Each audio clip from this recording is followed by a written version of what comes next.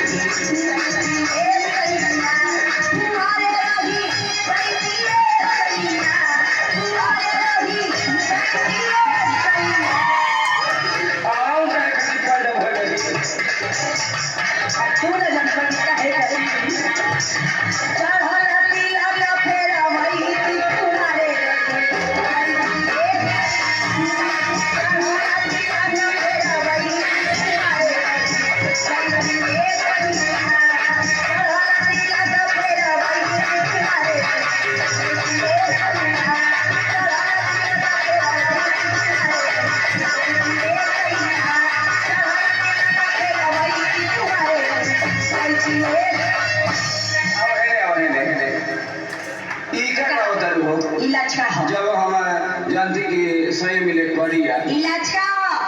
का हो हाँ और रोहतास जिला हाँ देव कंपनी हाँ दिलीप जी के भाजका सुने बड़े हुए दिलीप जी के हाँ वहाँ के भाषा आवेला हम बताओ तनी हाँ बताओ तैयार कर ले हाँ तैयार करो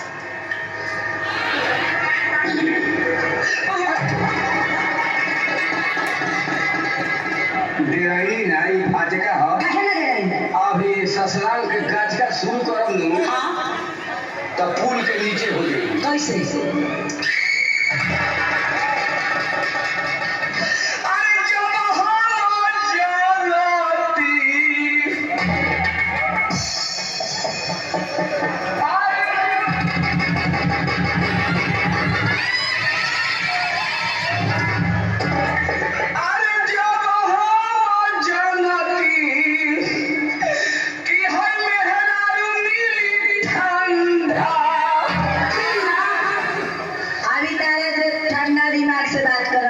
गरम दिमाग हो जी ना हाँ ते इजे तारा के रहे ना दे